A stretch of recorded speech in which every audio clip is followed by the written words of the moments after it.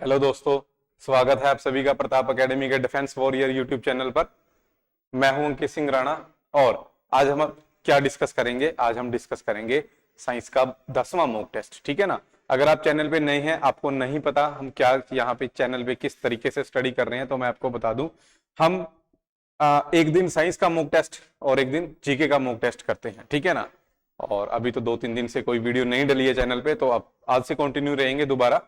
तो आज साइंस का 10वां मॉक टेस्ट है। ठीक है ना। साइंस का 10वां मॉक टेस्ट है और याद रखना है आपने, अगर आपने पहले मॉक टेस्ट नहीं दिए हैं अभी तक तो चैनल पे जाओ, अलग से प्लेलिस्ट बना रखी है। साइंस के मॉक टेस्ट आपको अलग मिल जाएंगे सभी, और जीके के सभी मॉक टेस्ट आपको अलग मिल जाएंगे। ठीक है ना। तो याद रखना है आपने जरूर, वो पहले जितने मॉक टेस्ट हुए हैं वो सभी अटेम्प्ट करने हैं। ठीक है। तो चलिए फटाफट शुरू करते हैं। और जो चैनल पे पहली बार आए हैं ये उनके लिए है भाई, ये नंबर नोट कर सकते हैं। फ्री स्टडी मटेरियल पीडीएफ वगैरह आपको सभी यहां से मिल जाएंगी। सिंपल आपने व्हाट्सएप पे जय हिंद लिख के और अपना नेम और अपनी सिटी का नाम भी आप लिख के भेज सकते हो। ठीक है। तो आपको सारा फ्री स्टडी मटेरियल है जो प्रोवाइड कर दिया जाएगा। इंस्टाग्राम अगर आप यूज करते हो तो इंस्टाग्राम पे हमारे साथ जरूर जुड़े। ठीक है। प्रताप एकेडमी के नाम से अकाउंट है, लिंक आपको वीडियो के नीचे डिस्क्रिप्शन में भी मिल जाएगा। और कुछ भी क्वेरी है आपकी डायरेक्टली मैसेज कर सकते हो यहाँ पे। ये कॉलिंग नंबर नहीं है। ठीक है ना। यहाँ पे आप कॉल नहीं कर सकते, आप डायरेक्टली मैसेज कर सकते हो व्हाट्सएप पे भी और इंस्टाग्राम पे भी। ठीक है। और बाकी यहाँ पे आपको स्टोरी में प्रीवियस ईयर जो क्वेश्चन है उनकी क्विज वगैरह यहाँ पे चलती मिल जाएंगी, करंट अफेयर वाली भी। ठीक है ना। तो वो आप अटेम्प्ट कर सकते हो। फटाफट पहले प्रश्न पे आ जाओ।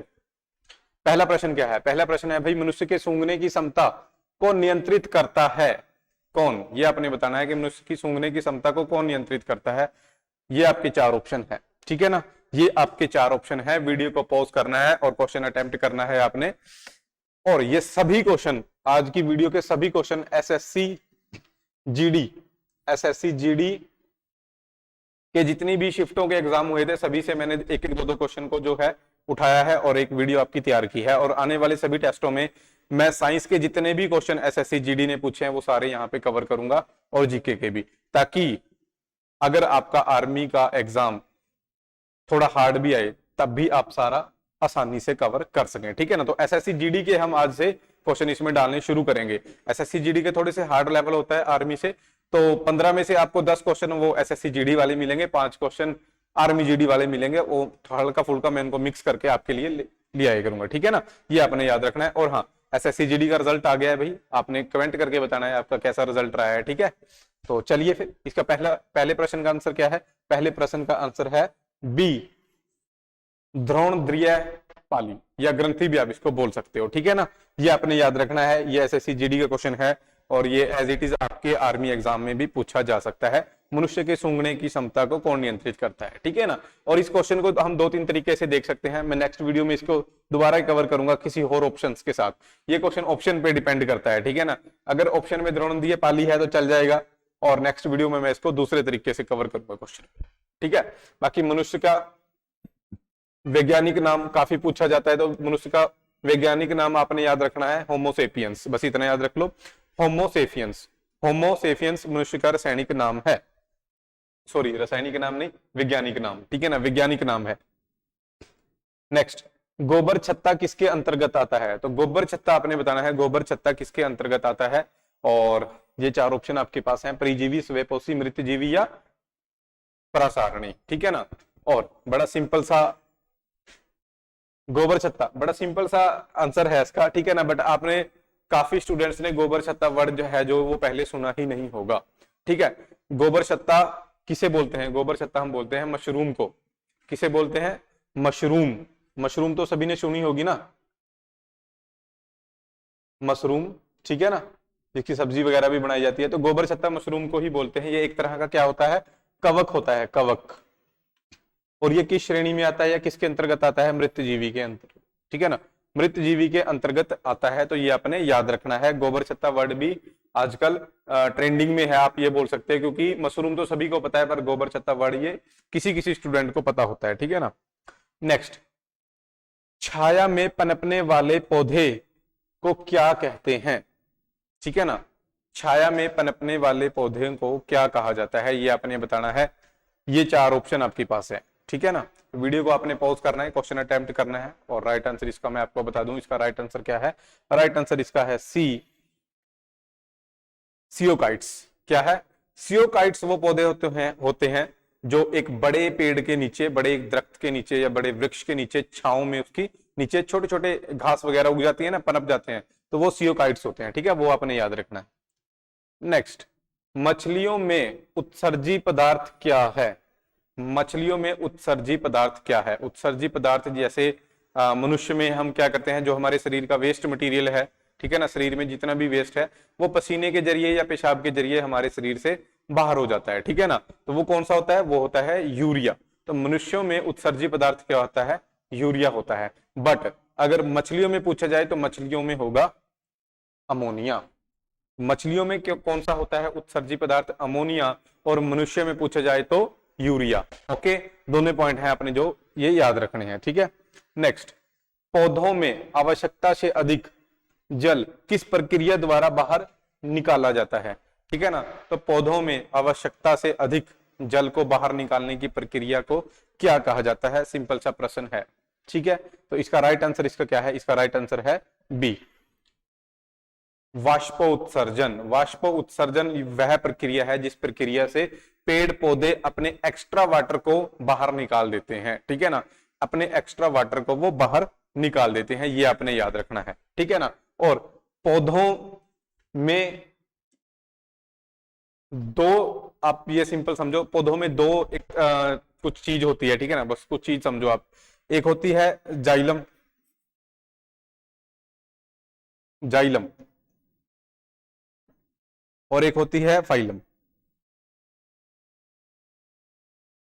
ठीक है ना, जाइलम का काम है पानी का ट्रांसपोर्ट करना, पानी का परिवहन करना, जड़ों से पानी को पत्तों तक लेके जाना, काम किसका है? जाइलम तंतु का। ठीक है ना, जाइलम, बस जाइलम याद रखो, तंतु भी याद रखने की जरूरत नहीं है। जाइलम का काम क्या है? जाइलम का काम है जड़ों से, धरती से पानी लेके वो जड़ों के जरिए पत्तों तक पहुंचाती है, ऊपर तक। ठीक है, जाइलम। और जितने भी खनिज पदार्थ हैं, ठीक है ना, जो पेड़ पौधों को चाहिए विकास के लिए, उन सभी को कौन ट्रांसपोर्ट करती है? फाइलम।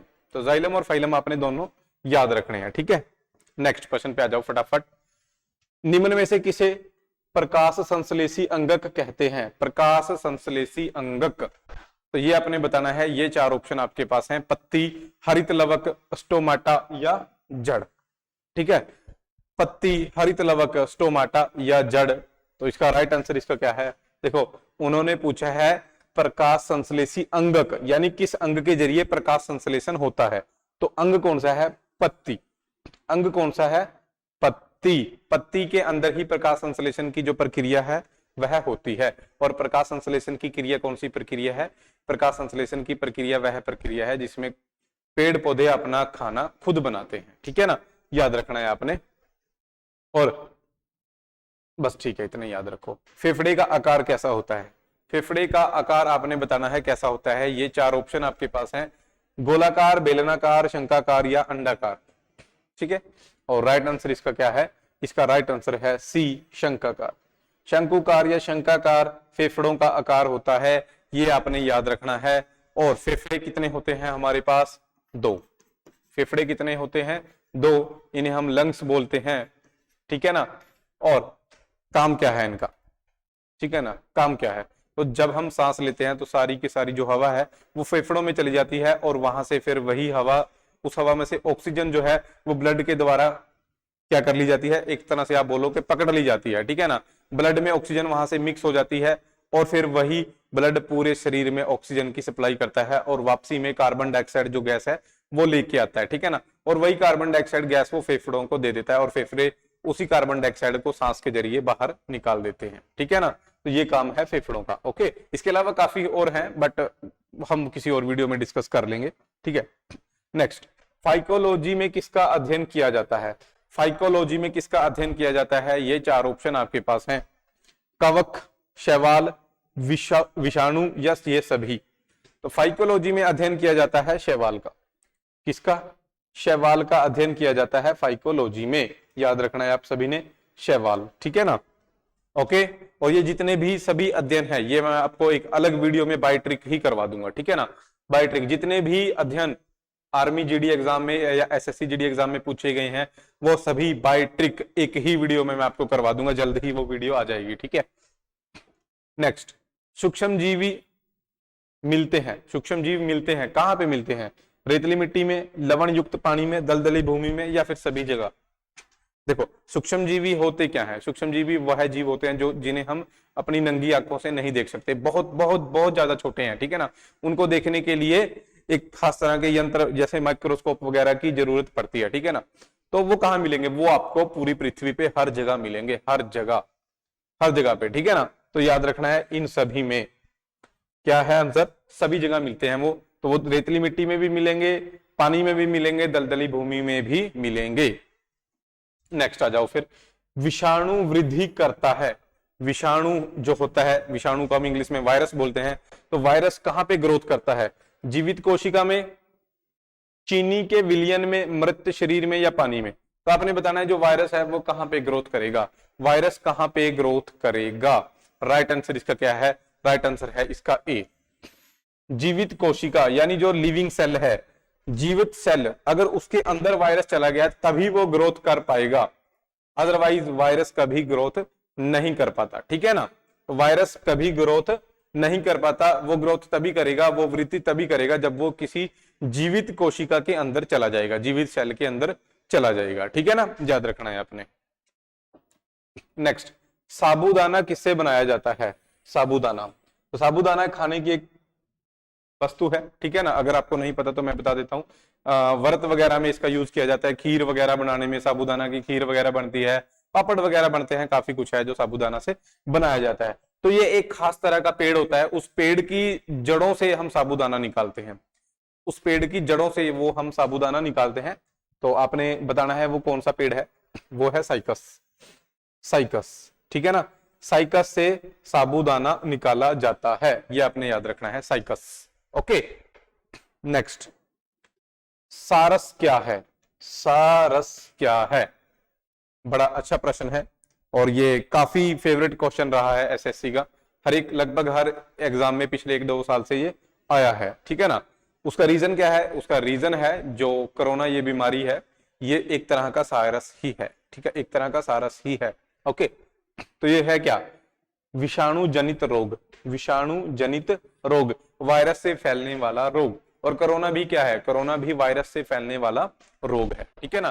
कोरोना भी क्या है? वायरस से फैलने वाला रोग है, और कोरोना भी एक तरह का सारस ही है, ठीक है ना। आपके लिए मेरा प्रश्न ये है, सारस की फुल फॉर्म क्या है? सारस की फुल फॉर्म क्या है? सारस की फुल फॉर्म क्या है? नेक्स्ट, निम्नलिखित में से किसके द्वारा दूध खट्टा होता है? तो दूध को अगर हम 1 दिन 2 दिन रखेंगे ऐसे ही तो वो क्या होगा? वो खराब हो जाएगा, खट्टा हो जाएगा। तो उसका कारण क्या होता है? उसका कारण क्या होता है? वायरस के कारण खट्टा होता है, बैक्टीरिया, नेमिटोड, या प्रोटोजोआ? तो उसका राइट आंसर क्या है? उसका राइट आंसर है बी, बैक्टीरिया।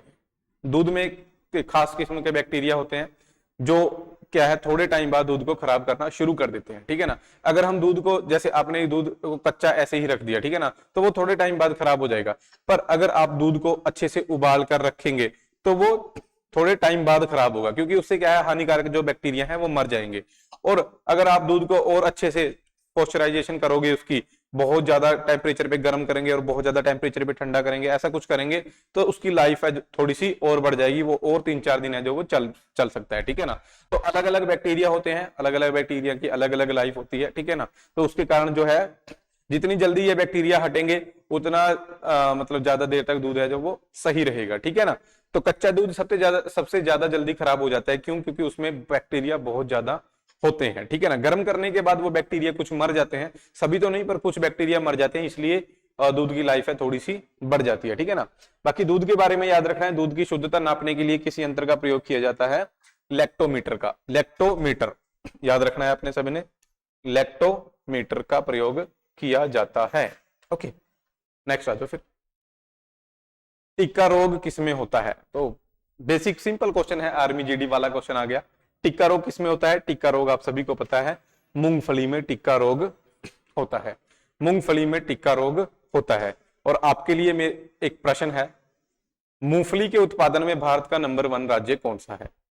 ये आपने कमेंट करके बताना है, ठीक है ना। मूंगफली के उत्पाद, चाहे नेट पे सर्च करो आप, अगर आपको ऐसे ही पता है तो आप ऐसे ही कमेंट करो, बट कमेंट जरूर करना है आपने कि मूंगफली में मूंगफली के उत्पादन में भारत का नंबर 1 राज्य कौन सा है, ठीक है। तो नेक्स्ट क्वेश्चन पर आ जाओ फिर। जिन पौधों पर बीज बनते हैं, ठीक है ना, जिन पौधों के बीज होते हैं, बीज सभी पौधों के होते हैं, बट उन पर पुष्प नहीं लगते, ठीक है ना, तो वो आपने बताना है उन पौधों को हम क्या कहते हैं। जिन पौधों पर पुष्प नहीं लगते परंतु उनके बीज जरूर होते हैं।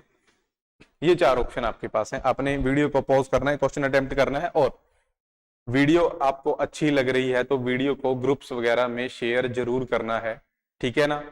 सपोर्ट, आपके सपोर्ट की सबसे ज्यादा जरूरत है, तो प्लीज वीडियो को शेयर जरूर करें, ठीक है ना। और चैनल को अगर अभी तक आपने सब्सक्राइब नहीं किया तो नीचे रेड कलर का सब्सक्राइब बटन है, तो प्लीज उसे सब्सक्राइब जरूर करें, ठीक है ना।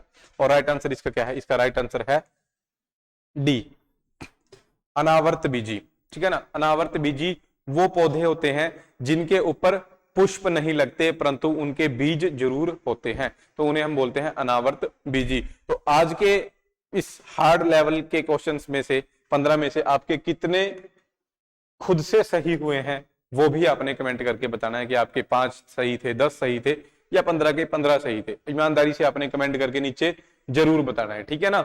और फिर मिलते हैं आपको कल नेक्स्ट वीडियो में, ठीक है। अब से वीडियो कंटिन्यू रहेंगी, ठीक है जी। जय हिंद, वंदे मातरम।